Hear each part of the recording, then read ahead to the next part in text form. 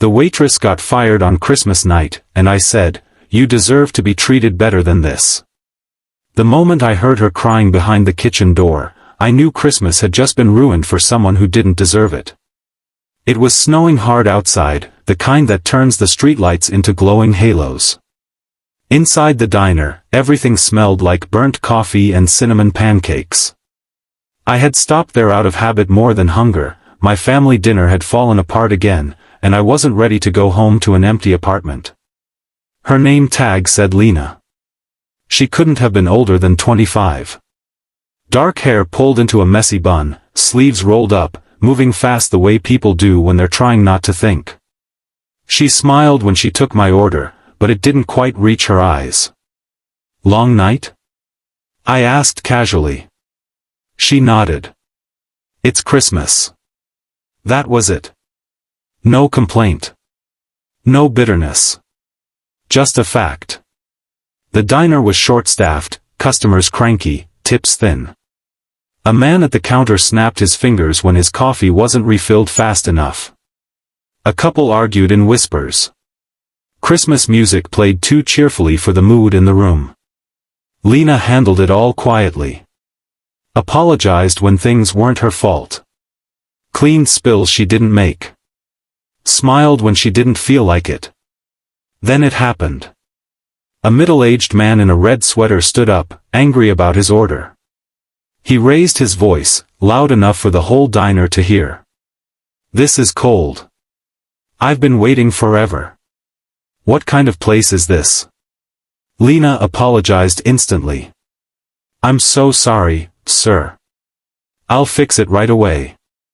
But the manager had already stormed out of the office. He didn't ask what happened. Didn't listen. He just pointed toward the door. "I've had enough of your mistakes. Take off the apron. You're done." The diner went quiet. Lena froze. "It's Christmas," she said softly. I can stay late.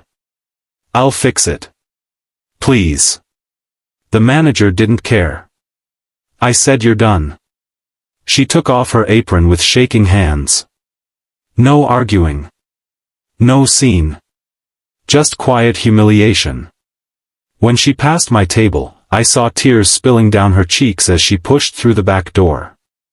I don't know what came over me, but I stood up. I followed her outside into the snow. She was sitting on the curb, apron folded in her lap like it still mattered. Crying the kind of cry you try to hold in but can't anymore. "Hey," I said gently. She looked up, startled.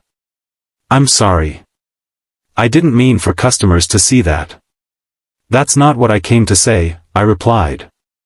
She wiped her face with her sleeve. "Then what?" I took a breath.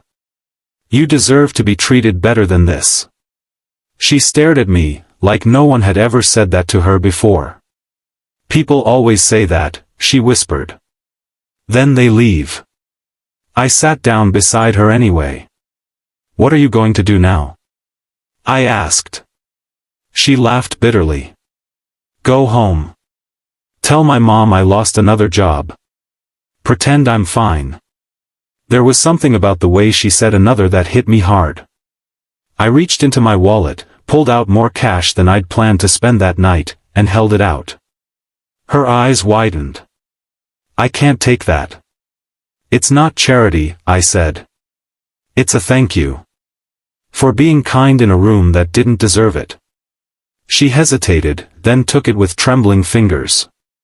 "Why?" she asked.